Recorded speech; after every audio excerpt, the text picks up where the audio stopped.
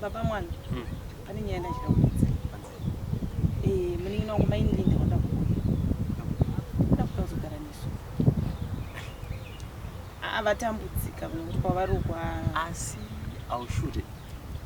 mashura chaiwo aushure kana kuti 2 months ago bamunini vaida kuuya kuno ukati tinogara tega nhasi nyaya yekuti munin'ina wako wauti ngauye dai mamuchiziya trouble yari mari so maitwa munzwiri utsitsi bamunini vari nani munhu muchikomana anoona zvokuita plus bamunini kumushando kunyatsoitira manje achifudza mombe zoita izvo achinga achibatsira vana maika pamusha bamunini vakabva pamusha izvi zvimoti panosara pari pazvinyi mainini vakauya at least munhu musikana izvizvi magariro vakaita ari parisi chii chaita risi hazvina kuita mushi saka ndatoona kuti akaramba ariko kuti utoziva kuti mwana pane zvaaita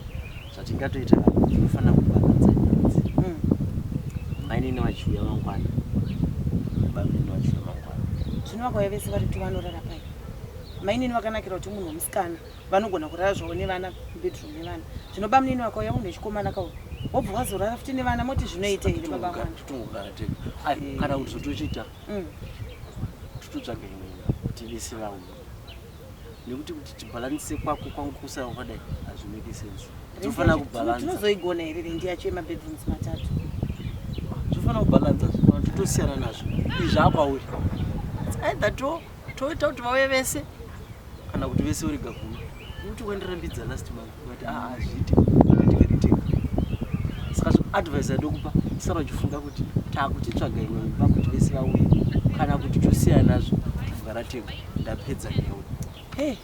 zvakaomoka nyaya yekuroorwa sikana